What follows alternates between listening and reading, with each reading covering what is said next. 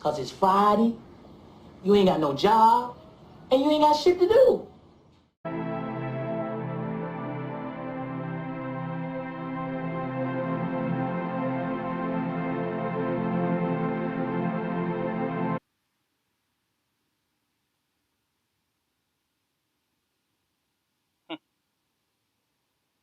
See anything. It's Friday, gotta get down on Friday. Everybody's looking forward to the weekend. Hey, what's up, everybody? Chad from Beard Hops Podcast. Welcome to a special episode of Friday Morning Beer Review. That's right, no robe today. Sunglasses. Well, my glasses are tinted because I'm sitting outside, and I got an interesting background because I'm sitting on my boat. Friday morning beer on a boat. This is awesome. I skipped Friday morning beer review last week because I was at a trade show and just could not make it happen. But didn't want to skip this week with the opportunity to sit here on my boat and drink a beer first thing on Friday morning. So I had some inspiration this week because a friend of mine, Mike Bullock, who I think I've mentioned on Friday morning beer review or at least on the podcast before, dropped off some beers from Baltimore. So this morning I'm going to drink Divine IPA. This is a perversely hoppy ale, it says. So I'm really interested to see what this one is like. I'm not a huge fan of massively hopped IPAs, but, you know, why not give it a try? The can is purple and white with some silver trim. Pink writing, Divine IPA. Pink wheat and pink lips. It says juicy and round. Hops by the pound. I get it. This is Union Craft Brewing is the people who make this one out of Baltimore, Maryland. On the side of the can it says Divine India Pale Ale. Keep the filth on film. Recycle this can. That's actually kind of cool. The description is the hops are the breakout stars in this Divine IPA. Plump, juicy, and oozing with tropical, fruity charisma. Citra and Mosaic have gotten all dressed up and are ready for their close-up. With an aroma that's big and bold and a body that's soft and smooth, we've created this perversely hoppy IPA to be as free-spirited and full of character as Charm City itself. Reach for the stars and grab a taste of the divine. So that's the description. I'm not going to go through the whole website. I can tell you that Union Craft Brewing is 7 years old. They've got their anniversary party coming up. But because of my location, I thought I heard something divine. It was just a jet. Because of my location, I don't have like my multi-screen setup and everything this morning, so I'm just using my my single laptop with that FaceTime camera to record this and get the audio. Sorry if there's a little bit of background noise. This bridge. Why can I never point on a camera? This bridge, it's right here, is pretty close, so you might hear some car noise. Anyway, back to the beer. Let's crack it open. I'll pour it into a plastic cup. It's opaque, so you won't really be able to see what it truly looks like, but you might get an idea of color. And I'll go through the ABV and what they make this with.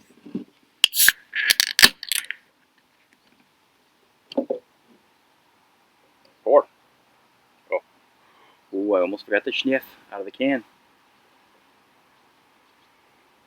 Well, it doesn't smell as hoppy as I thought it would. It smells very citrusy. Grapefruity. It's a heavy grapefruit smell. Okay, now let's go for the pour.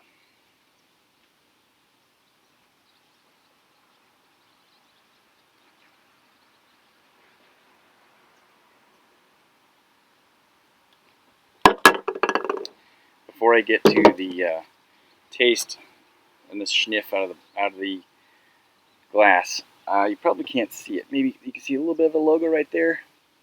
Yeah, Bearded Hops t-shirts. Coming season 3, if you want one. We probably will be selling them. All right. So it's a IPA colored beer. That's really all I can tell you because the glass is opaque. I don't have anything on the boat that really works for beer glasses because I don't want to have glass on the boat. So everything's plastic, and all my plastic cups have like this, nautical theme to them, so they have stuff on them and you can't really see anyway. But I have these plastic cups that are white, so at least you can kind of see the color. Maybe through the sun. Ooh, oh, is that divine? Is there something divine happening there? Nah, didn't think so. All right, sniff out of the glass. Okay, it changes just a little bit. I still get the grapefruit, but it's just kind of a general citrus smell. It smells really good. All right, prost everybody.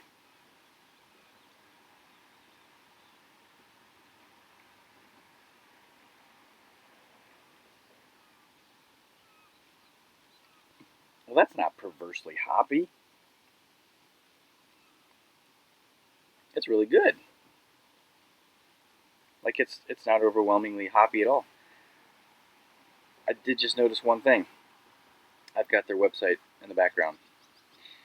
The IBUs on this are only 50. So how interesting is that? That you've got a perversely hoppy ale advertised on the can, but only registers 50 IBU. Now, we've had this discussion many times on the podcast. Do they really mean anything? Probably not. But in this case, it's not what I expected. It's way less bitter than I thought it was going to be. I thought this was going to be like Ale Asylum Hopalicious or Lagunitas. What's their hoppy one? Super hoppy. Come on, can somebody tell me? It's not Hopsecutioner. That's Terrapin, I think. Anyway, I just think it's going to be like one of these 120 IBU beers. But it's rated at 50, and it tastes like it's, not hoppy. It's really good. It's got a very good hop flavor, but it's not a bitter, hoppy beer. All right, well, it tastes really good. I like this one quite a bit, actually. I was afraid I was not going to like this at all. So it has a 6.5% ABV. The bitterness, as I said, the IBU rating is 50. Its color is light golden straw. By the way, I'm reading this off the website in the background of the video that I'm recording here. The malt used is Pilsner, 6-row, malted oats, and pale wheat. Oh, and pale wheat and flaked oats. The hops are Mosaic and Citra.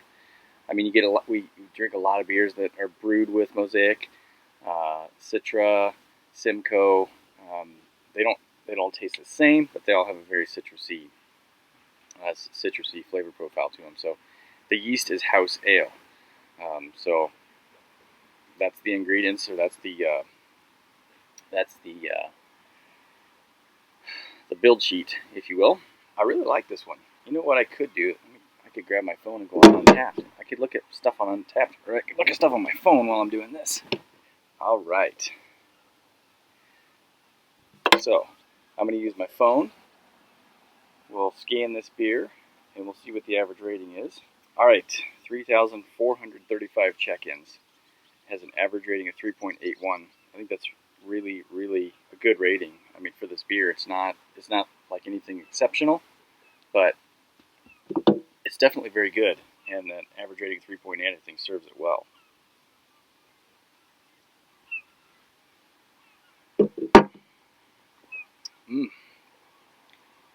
All right, well, I'm going to continue drinking a beer that I didn't think that I would like, that I really do like. And I'll finish that out and get a Untapped rating for you when I check this in. Yeah, it's really good. Just a very good. It's a good citrusy IPA that's claims to be hoppy as can be, but is actually not. It's actually very, very good, very drinkable. I mean, as hoppy IPAs go, I could drink this one all the time. 6.5%. I could drink them over and over again. Oh, one thing I was going to point out, I think this is kind of funny. This is as I said, Perversely Hoppy Ale. And one of the things that made me think about this, other than the fact that Mike was here this week and gave this to me, Hoppy Ale, and there's a boat. I don't know if you can see it. This might not even make sense to you. It's right there. Nope. Right there. So this is Hoppy Ale. That's Happy Tail. I don't know. Is it funny? No. Didn't think so. I was funny in my head, but now when I went to record that, that wasn't funny at all. Anyway, hope you enjoyed watching. Come back next week for another episode of Friday Morning Beer Review, where I'll be back home in my office with the robe and drinking whatever it is I'm going to drink on a Friday morning. But the setting will be different, not as good. It'll be nice to be home. I've been gone for a couple weeks. So, happy Friday, everybody.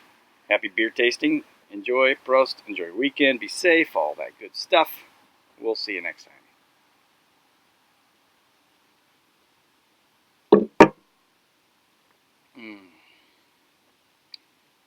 The sun is kind of...